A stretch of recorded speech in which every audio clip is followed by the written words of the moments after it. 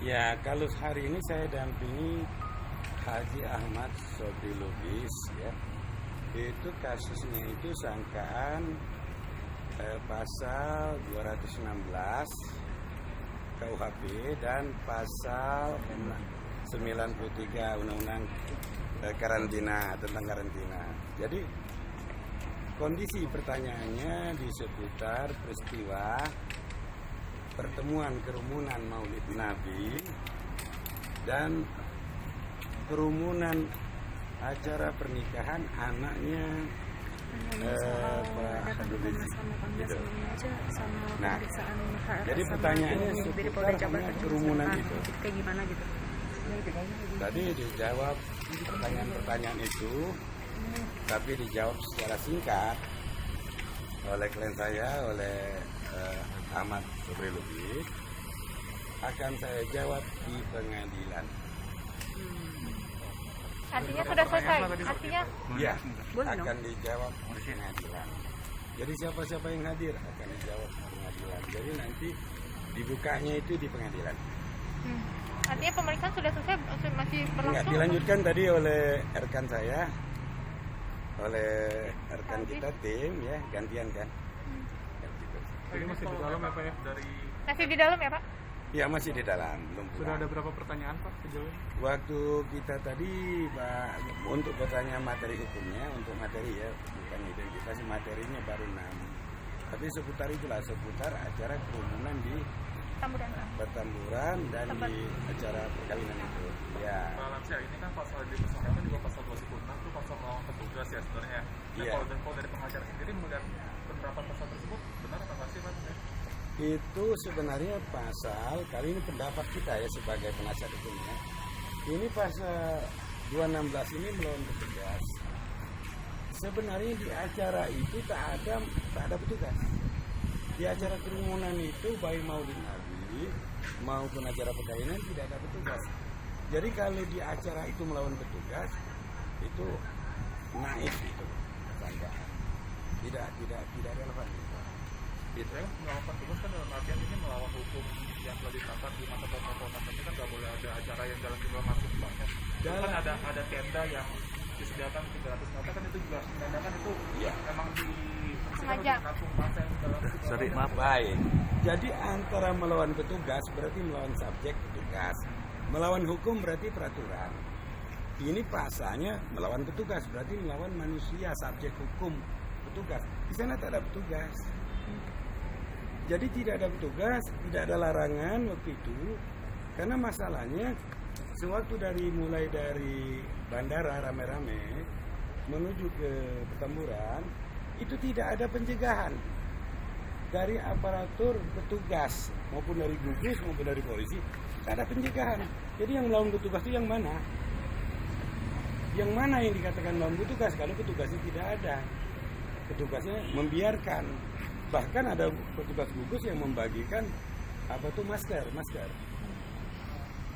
Kan kalau melawan petugas berarti melawan petugas.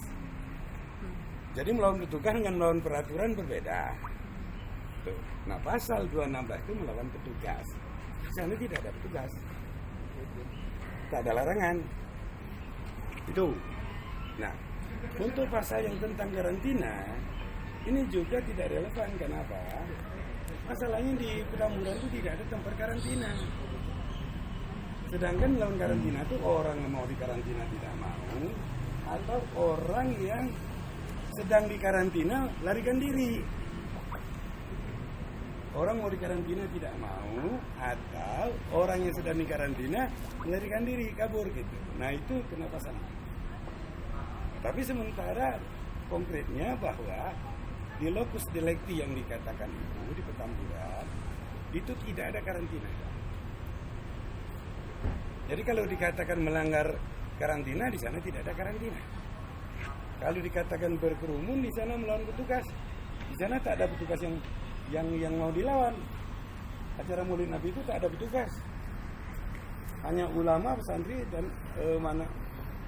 masyarakat umat muslim yang menghadiri Maulid Nabi, menghadiri perkawinan. Gitu.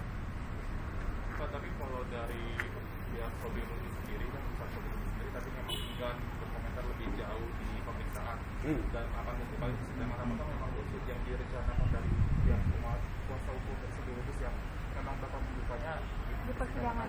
Ya memang ini dari dia sendiri, dari Pak Subdoludi sendiri itu mau membuka di persidangan. Memang dari beliau juga. Ya, supaya nanti kan terungkap di persidangan digelar jadi istilahnya itu terbuka benar. Terbuka secara luas karena azasnya kan sidang terbuka untuk umum.